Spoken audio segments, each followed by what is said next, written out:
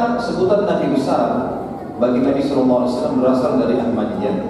Karena dikatakan bahwa bagi Ahmadiyah Nabi besar itu Nabi Muhammad SAW, sedangkan Nabi kecil adalah Mirza Ghulam Ahmad. Allahu a'lam.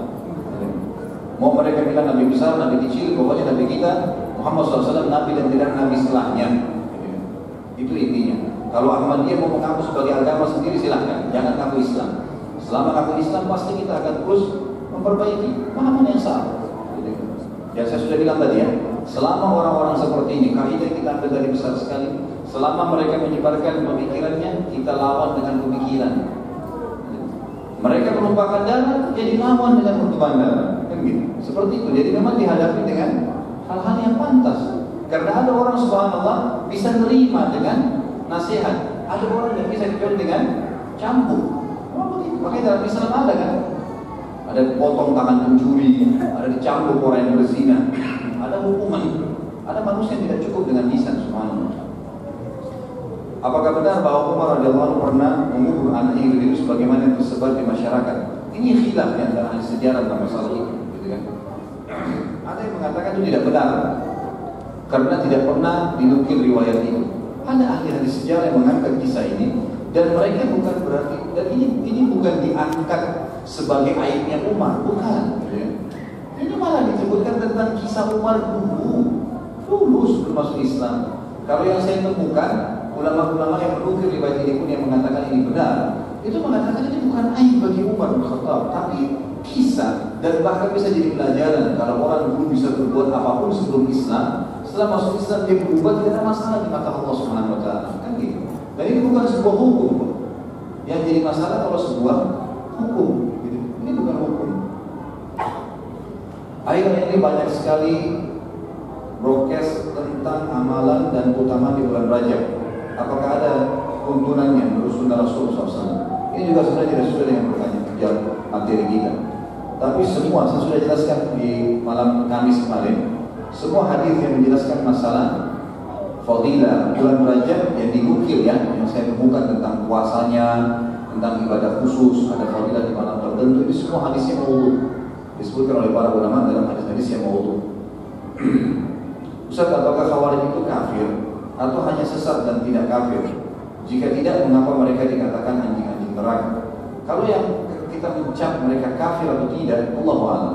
Karena tidak ada riwayat yang menyebutkan mereka kafir. Yang ada hanya disuruh perangin, itu saja. Sampai mereka meninggalkan keyakinannya. Allahu a'lam. Yang paling baik pendapat dalam masalah ini adalah mereka tidak dianggap kafir. Sebagaimana juga Syiah tidak dianggap kafir. Kecuali yang nyata-nyata memang sudah masuk padanya indikasi-indikasi kekufuran, kita katakan dia kafir. Jadi, seperti itu. Sampai di mana batasan Ahlul Bait dan bagaimana kita menyikapi orang-orang yang mengaku Ahlul Bait sekarang ini? Ahlul Bait semua turunan Nabi sallallahu alaihi wasallam. Tugas kita menghormati mereka, gitu kan? Kalau yang mengaku sekarang Ahlul Bait itu hak mereka. Silakan saja, tidak ada sesuatu yang aib. Mereka kita perlakukan sebagaimana kita perlakukan kaum muslimin. Tapi kalau bertemu antara satu ahli baik dengan orang yang biasa bukan ahli baik, tentu lebih kita muliakan ahli baik dan turunan Nabi SAW. Kita selalu baca dalam salawat kita kalau sholat kan, Allahumma salli ala Muhammadin wa ala ali Muhammad. Riwayatkan Allahumma salli ala Muhammadin wa azwajihi wa dzurriyyatihi. Ya Allah, berikanlah salam dan keselamatan bagi Muhammad SAW, istri-istri dan keturunannya. Dan juga ada riwayat tadi saya katakan kepada keluarganya, gitu kan? Jadi kita hormati mereka. Selama yang kita hormati di sini adalah mereka hormati, kita berikan apa yang kita mampu berikan. Tapi bukan berarti seperti yang dibuat oleh orang yang berlebihan. Berlebihan seperti sekarang banyak orang yang menisbatkan diri ke turunan Nabi SAW, tapi keluar dari jalur, keluar dari jalur sunnah, keluar dari jalur wahyu Al-Quran dan sunnah. Mereka malah menyebarkan hal-hal pemahaman yang salah. Ini tidak benar. Ini tidak benar. Apa sebabnya Rasulullah SAW menolak Abu Bakar dan Umar saat melamar Fatimah dan memilih Ali untuk Fatimah? Apakah wahyu? Saya tidak menemukan riwayat itu ya. Saya tidak menemukan kalau Abu Bakar dan Umar pernah melamar Fatimah.